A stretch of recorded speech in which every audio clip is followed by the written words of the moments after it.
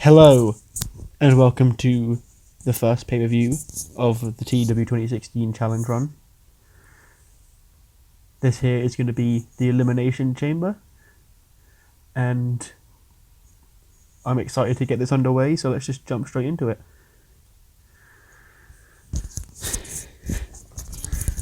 First of all, we have a pre-show bout, Elias against Apollo Crews, which we had sort of been building on the back burner for the last 3 weeks, and they had the match here.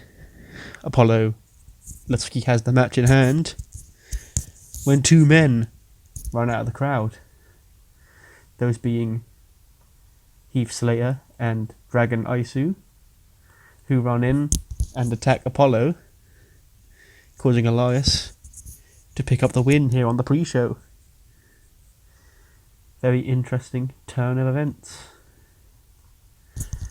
We opened with what would be the usual hype package, hyping up the main match on the show. I just realised there's a lot of SmackDown on here.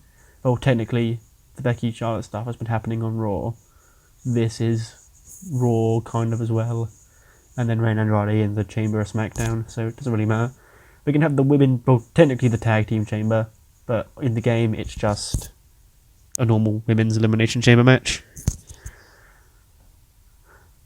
Let me just quickly change the elimination order.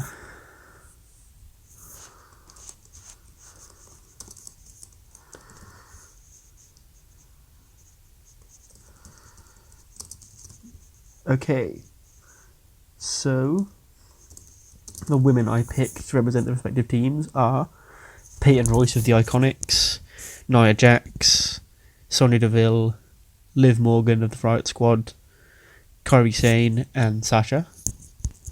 Elimination order would be Kairi eliminating Liv Morgan, Sasha eliminating Sonya Deville, then Nia eliminating Kairi.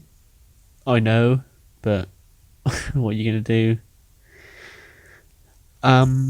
Then Sasha being beaten up by Nia and pinned. No, not pinned. She pins Nia in the end, and then when she's beaten up, Peyton just steals an easy win, and the Iconics come out on top. They are your inaugural, for this lineage, women's tag team champions. Then just a quick segment of them celebrating so I can actually give them the belts. Up next is a damn good Intercontinental title match. Balor in 1544 hits the coup de grace, pins the almighty Bobby Lashley, who of course would have showed off his lovely bum before the match. And we have the new Intercontinental champion is the extraordinary man, Finn Balor. And then we have another pretty damn good, for who they are, cruiserweight match. Murphy, no surprise, picked up the win over Akira Tozawa, with the Murphy's Law keeping his impressive reign going. Rey and Andrade in the 30-minute Iron Man match would be, I'd have Rey score and go 1-0 up early, like surprise roll up or whatever, and then like 10 minutes in, Zelina would run in, hand Andrade a chair. He'd get disqualified, so he'd go 2 falls down, but the sacrifice would have been worth it because that would have weakened Rey, where Andrade would have scored 2 easy falls to make it 2-2. And then towards the end, not at the very last seconds, because that's so formulaic and played out, Rey would do the comeback, hit a 619, and Zelina would pull the referee out of the ring, and basically they draw in after the 30 minutes, 2 falls apiece. So we still cannot determine who the greatest luchador is on SmackDown. And that's proven here. Rey and Andrade look at each other after having gone to war for half an hour, realising no one's the better man.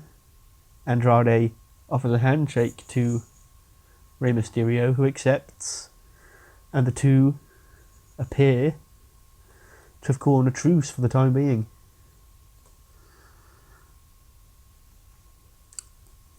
Raw Tag Team title match gets a 69C+. The thing here is, obviously, I want to give the Revival the belts, but I honestly like the tag team of Bobby Roode and Chad Gable, and feel they were done dirty in the real world because they never had promo time, never really had a feud, and I kind of wanted to mend that in this game. So to keep their run going, and what is the best way to do that? We get a fuck finish when Bobby Lashley and Lio Rush, of all people, come storming down to the ring, beat up the Revival, beat up Roode and Gable, show off their, well, not their glute, just Lashley. Lio Rush doesn't show off his glutes.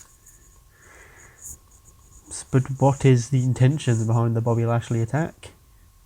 We'll have to wait and see. I'm so happy this did so well. Charlotte falls up short against Becky, 1846. She taps out to the disarmer.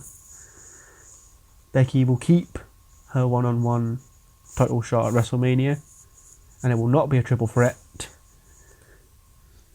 And Charlotte will have to go back to the drawing board.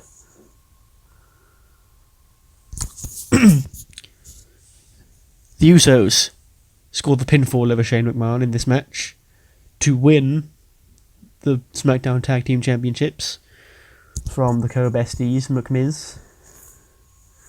Shane took the fall, as I specified, but that is an important note. We'll see where both the Usos, having, in their words, saved the tag division, and Shane and The Miz go from here. Backstage, Charlie Caruso walks up to a very angry and defeated Charlotte Flair. And before she can even ask Charlotte a question, Charlotte's like, "Shut up, I know what you're going to ask me." And Charlotte's like, "Yeah, I admit defeat. Becky was the better woman, or man, if you want to say that, tonight on the night." And she's definitely once again earned her spot to go one-on-one with the Raw Women's Champion at WrestleMania. And she says Becky's going to WrestleMania, but so is she. It just might not be Becky's spot she needs to take. So what is going to go through the mind of Charlotte Flair? I'm sure you can probably figure it out. It's not exactly subtle.